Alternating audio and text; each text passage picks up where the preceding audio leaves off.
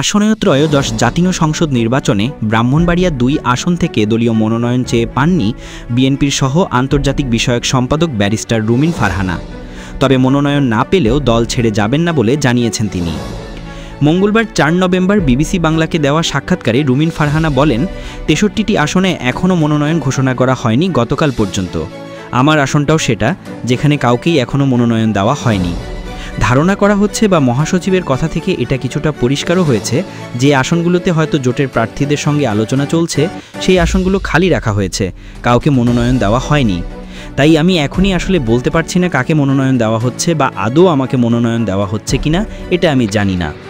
তার মনোনয়ন পাওয়া না পাওয়া নিয়ে দেশের মানুষের আগ্রহ আছে এমন বিষয় দৃষ্টি আকর্ষণ করা হলে তিনি বলেন, মানুষের আগ্রহের কারণ হচ্ছে আমি কাজ করেছি ১৭ বছর। আমি দলের জন্য কাজ করেছি, দেশের জন্য কাজ করেছি, ন্যায়ের পক্ষে কাজ করেছি, সত্যের জন্য করেছি। আগামী দিনগুলোতেও আমি তাই করবে। বিএনপির নেত্রী বলেন, আমি বিশ্বাস করি দলের সার্বিক দিক বিবেচনায় আসলে দল তার সিদ্ধান্ত নেয়, সেটা নিয়ে আমার আর কোনো বক্তব্য নেই। যারা নমিনেশন বা মনোনয়ন পেয়েছেন ২৩৭টি আসনে তাদের প্রত্যেককেই আমার আন্তরিক অভিনন্দন। আর আমার রাজনীতি তো আমার রাজনীতি, সেটা আমি আমার মতো করে করব। দলীয় মনোনয়ন পাওয়ার বিষয়ে আপনি এখনও আশাবাদী কিনা এমন প্রশ্নে রুমিন ফারহানা বলেন, আমি আশাবাদীও নই, হতাশবাদীও নই। আমার নির্বাচন, আমার রাজনীতি, আমি আমার মতো চালিয়ে যাব। আমার নেতাকর্মী আমার সাথে আছে।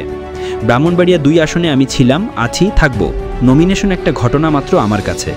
বিএনপি ছেড়ে দেবেন কিনা এমন প্রশ্নের জবাবে তিনি বলেন, প্রশ্নই ওঠে না। দল ছেড়ে অন্য দলে যাওয়ার প্রশ্নই ওঠে না।